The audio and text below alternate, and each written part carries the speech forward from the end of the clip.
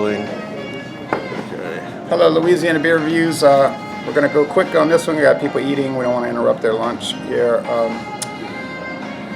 People that watch my channel say, oh my gosh, not this again.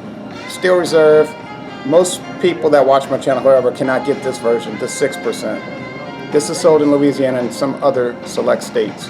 Most of the United States gets the 8% or 8.1. 8.1. I tried the 8.1 in Hawaii and 2 years ago, and I was not a fan. But yeah, Jay commented on my review and said, "Hey, you got to try the 6% version. You know, you'll have a different perception." And so here we are. Yeah, and it's got some nice smoke. And I tell all the fans that watch, or the viewers, if you want to say, they'll say often, "Oh, that stuff's terrible, terrible." I say, "You're talking about the 8.1, right?" "Well, yeah, Steel Reserve." I say, "You realize there's a 6%." Generally, they say, "I didn't know that." They weren't aware. This one is much milder, I think you'll find. Okay. I'm not trying to trumpet it before you taste it. That's been my experience. We used to get the 8.1 here, and I didn't care for it too much. When this showed up in 03, the 8.1 was out of our state, and I don't know.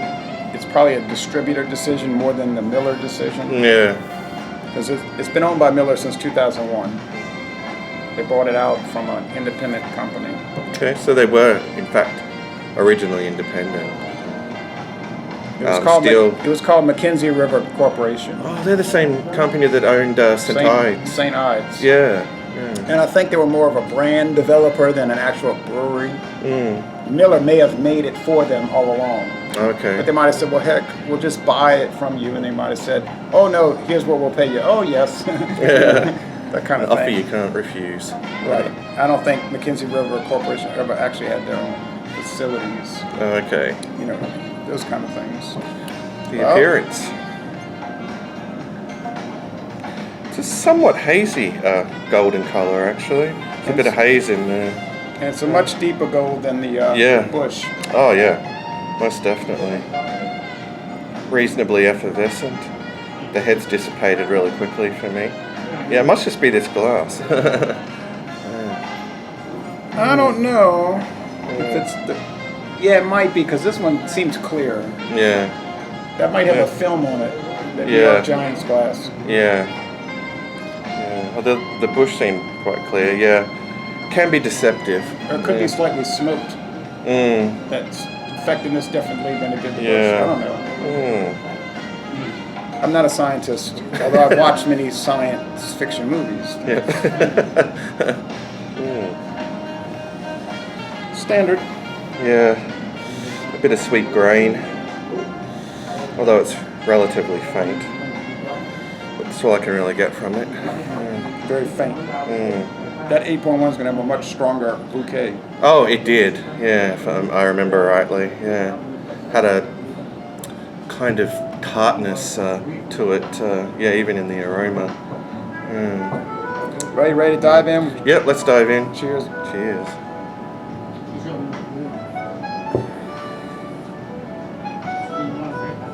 Much different than the Bush.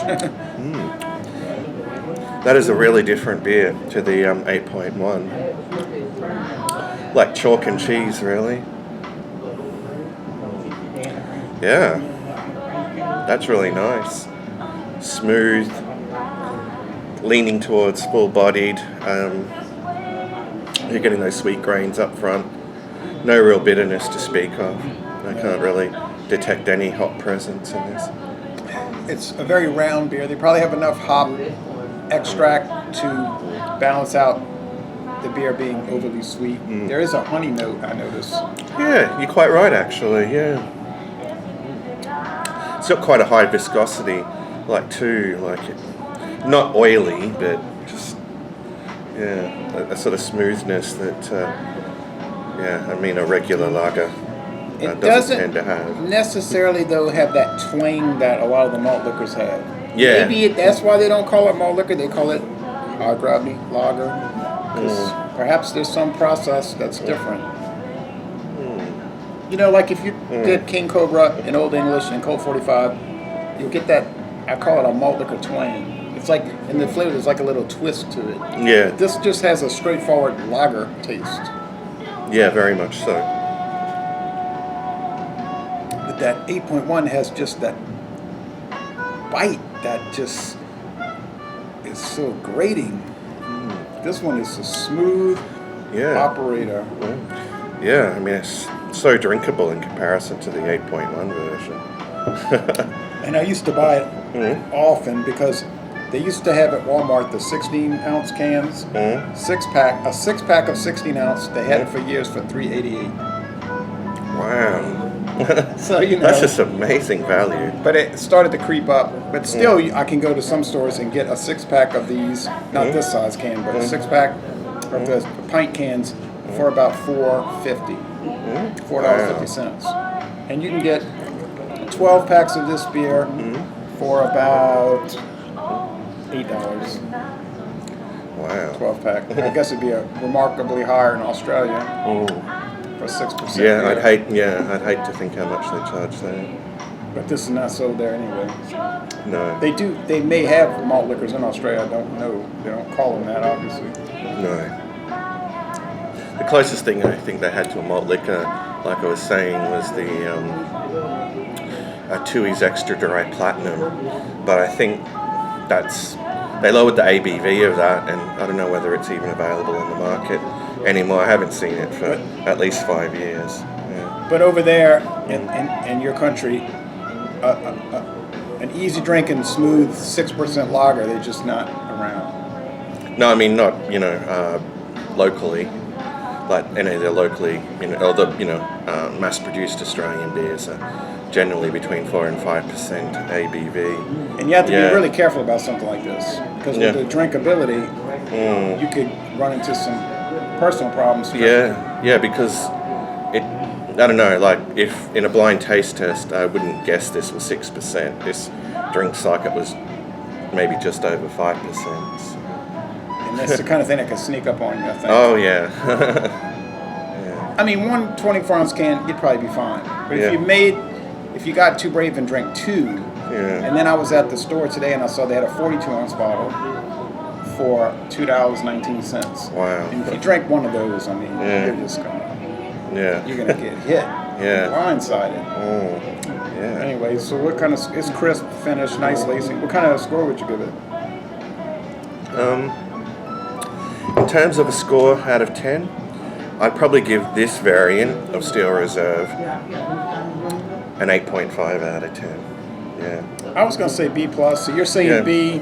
I would say 8.8. It doesn't blow my mind, but it's very good. It's very good. And, if this one were, well, hypothetically speaking, if this were available at home, I'd buy it, regularly. Yeah. So you're putting it on par with the Magnum. You said 8.5. Yeah. Now, I do prefer Magnum over this, but not by any kind of great margin. I like this kind of stuff, but in my case, 6% is the tipping point. Yeah.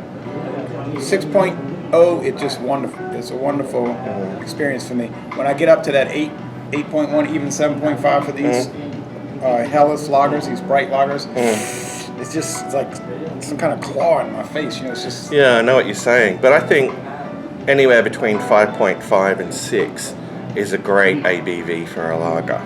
Like, ideally, that's where they should be. They suffer, I think, when they're lower than that. But now, if it's an ale, you can get up to 9-10%. It just doesn't have that grating thing about it. It's funny how that works, huh? Ale and lager. So anyway, well, we're finished. So, Laissez les bon temps relais.